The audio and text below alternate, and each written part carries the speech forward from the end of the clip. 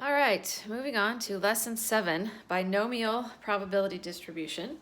This is another one of those lessons that a calculator is going to be wonderful. So please go ahead and get that out or on your computer so that you can use it as I use mine. So what is a binomial probability? Well, there's going to be bi, meaning two possible outcomes, success or failure. That should be pretty common to you by now.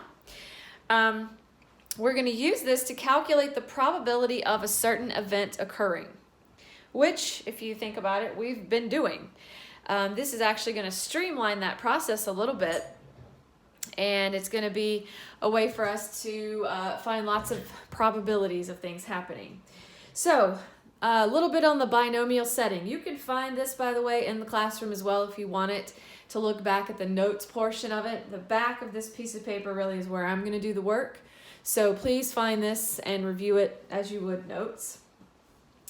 The binomial setting arises when we perform n independent trials, so n is just the number of independent trials, of the same chance process, and count the number of times that a particular outcome, which we call a success, occurs. Okay, so we're saying that we're going to have a certain number of trials, and we know that every trial I have the same percent chance of a success. And I want to know how many times am I going to get a success. And of course, that will make much more sense with examples in a minute. The 4 conditions of a binomial setting are obviously binary. Each observation falls into one of 2 categories, binary 2, success or failure. Independent condition, obviously each of the observations have to be independent of one another. What happens in one does not affect what happens in the next, and so on.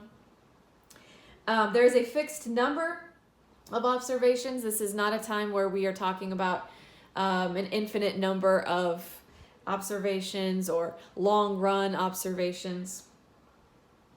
And of course, the probability of success has to be the same for each observation. So that's going to be true about each of our examples here, so that we're going to be able to do this. The data are produced in a binomial setting. If they are, then the random variable x, which we call the number of successes, is called a binomial random variable, and the probability is called a binomial distribution. So that's just a whole bunch of words for you there. The distribution of the count R of successes in the binomial setting has parameters n and p. So I know I use the letter R here and I use the letter X here. They're actually going to be used interchangeably. In this formula that I'm about to talk to you about, R is what has always been used for that number of successes. But when we talk about the calculator, they're going to use X. So I put that kind of here in this little star over here to notice that X in the calculator is the same as R in this formula. So I don't know why the calculator decided to use X, but that's how it is. So just don't get confused by that. Speaking of confusion, I know this formula looks a little crazy. So that's okay, because we're not actually going to use it that much. But I did want to show it to you. So you may be aware of this. N choose R is how we talk about that. And we are not actually doing a lot of that in Math 4 anymore, where we have to say how many different ways can I form a group of 3 if I have 12 people. How many different groups of 3 can I make, and things like that. So that's where this comes in statistics. And so if you remember when we were doing our probability tables earlier in this chapter, we had to, it was kind of a long process, and you didn't like it very much, because we had to think, we had to make this first table of, let's say, left-handed, not left-handed, and the probabilities associated. So we had 3 people, and it was like, well, they could all be left-handed. We could have the first person be left-handed, and the next 2 people not be left-handed. Or we could have the first 2 people not be left-handed, and the last one be left-handed. And we had to write all those combinations down and find the associated probabilities. And then you had to make a different table combining things that were essentially alike. Left-handed, not left-handed, not left-handed is essentially the same as not left-handed, not left-handed, left-handed. And so that was a kind of a cumbersome process for us. And this, what we're going to talk about today, is going to streamline that a little bit. So that's where this comes into play. Of course, P is going to be that probability of success, and just as always, Q is going to be the probability of failure. So P and Q are related, obviously. They should add up to 1 or 100%. Okay, so again, you could take everything that I just told you and use this formula, with N being the number of trials, and R being the number of successes, and so on. And you could use this, and again, you could even use your calculator. But there's actually an even easier way to use our calculator here to take care of this and to find these probabilities. So in this box, you will see exactly the directions for that. Again, we're going to be going to second vars, where we have gone several times before. So let me just show you before we start the examples. Second key, of course, and if you go right here to vars, this is where we've been going for a while now, the normal, CDF, and the inverse norm. But if you keep going down, you're going to see the two places we're going to go today, A and B. A is the binomial probability distribution function, which we're going to use. It's basically going to be the same thing as this. It's just going to be a lot quicker, which we appreciate. And then underneath that, the only thing that changes here is you see this letter C. That's because that is going to be a cumulative distribution, and I'll tell you about that in a second. Now, if I click on the probability distribution function, again, wonderful. It just has information for me to fill in. Trials, that's just the number of trials you're going. P, that's just the probability of a success. Great, we know that. And again, the X value, also known as the R, is just the number of successes we are looking for. If we put all that information in and hit enter, it's going to tell us the probability of that happening. All right, so it's really as simple as that. If you can draw out the information you need, then you are good to go. So let's look at an example.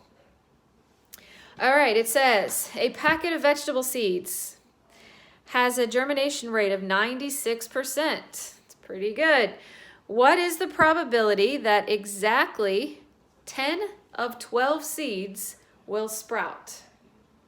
10 of 12 seeds will sprout. Okay, so again, you can identify what we have here. The number of seeds, or the number of trials here, it's 12. We have 12 seeds. What's the probability of success? 96%. That's great. How many are we looking at? How many successes do we want to know about? Well, 10. That's what we want to know about. So this is really, again, as simple as binom PDF in the calculator, 12 trials, 96% success. How many? 10. 10 of the 12 is what I'm looking for. You type that right in. I'll just go ahead and do it right here. I got 12 trials. I got a probability of 0.96. Please don't forget to change that to a decimal. Don't put a percent in the calculator. And 10. And there you have it. 0.070, which is about 7%. I'll even go out a little bit. I'll say 7.02%. A 7% chance that exactly 10 seeds will sprout. All right, that's that. That is as simple as that is.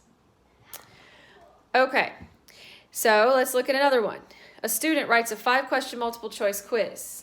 Each question has 4 possible responses. Pretty typical. The student guesses at random for each question.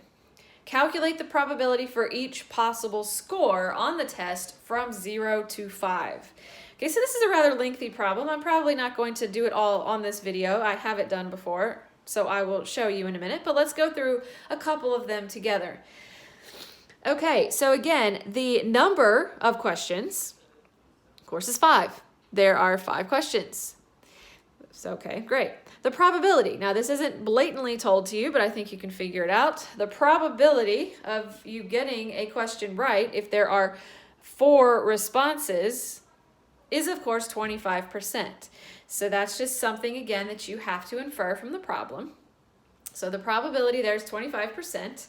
And so if I start at, what if I get a score of 0, we'll say, what is the probability that I get a score of 0? Well, so I'm going to go to Binomial PDF. I'm going to say there's 5 questions, 25% chance of getting it right, 0 total questions right is what I'm looking at here. If I go to second vars, and a little time saver here, if you go to alpha and go right underneath to A, it'll take you right there because it's the A in the list. So just saying. 5.250, and I have 0.237, which is of course about 23.7% chance of getting none of them correct. How would this change if I wanted to go to a score of 1? Well, not much is going to change, except of course that last value is going to be a 1 now. I type that into the calculator and it gives me about 0.3955, so there's a 39.55% chance that I get 1 question right. And again, just to save time on this video so that you don't look at the time and say, nope, I'm not watching that, I'm going to go ahead and show you what you would get for the rest. Again, notice the only thing that's changing is the number of questions you get correct. So you can see, it's kind of interesting actually to see that getting a score of 5, very low chance of that happening. Why would it be a higher chance of getting 0 right? Well, that's because there's only a 25% chance for each question. Okay, so you can kind of study that. It's kind of interesting what would happen there. Okay. Let's look at the last example here with another calculator trick that is going to be very useful for you. There are 10 members on a committee. The probability of any member attending a randomly chosen meeting is 0.9 or 90%. Sounds pretty good. The committee cannot do business if more than 3 members are absent. What is the probability then that 7 or more will be present on a given date? So if 7 or more are present, that means that no more than 3 are absent, which means they can conduct business.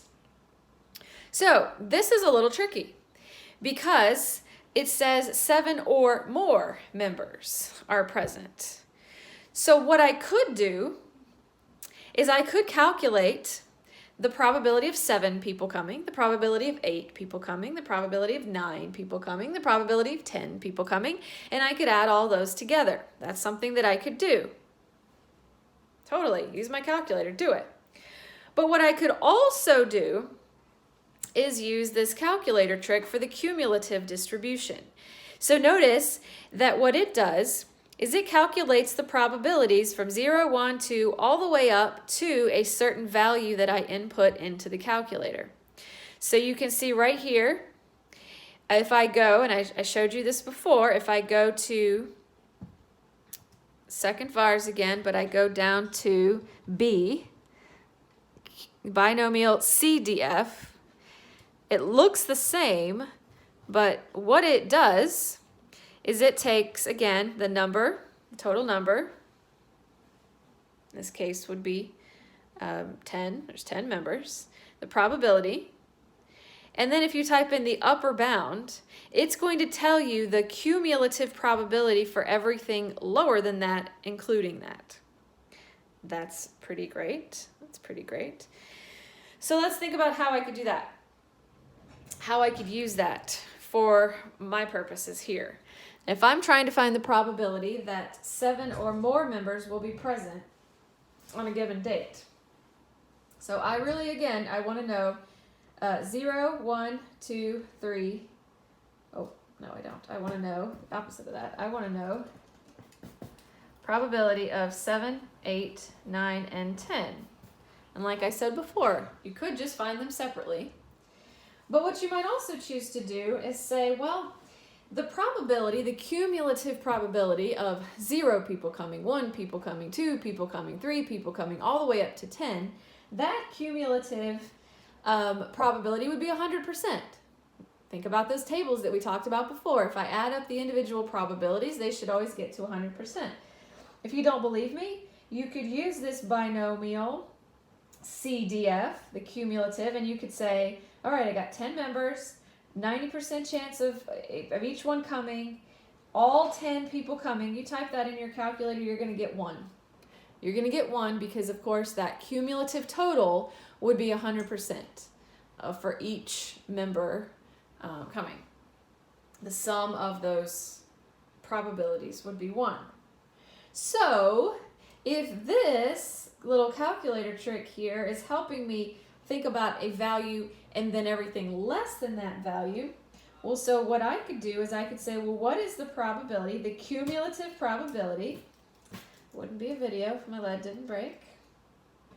The cumulative probability, again, 10 people, 90% chance, of 6 or less. So if I do this in my calculator, notice this little cumulative here, this is going to tell me the probability of 0, 1, 2, 3, 4, 5, and 6. It's going to tell me the total, the sum of the probabilities of 0 people showing up all the way through 6 people showing up.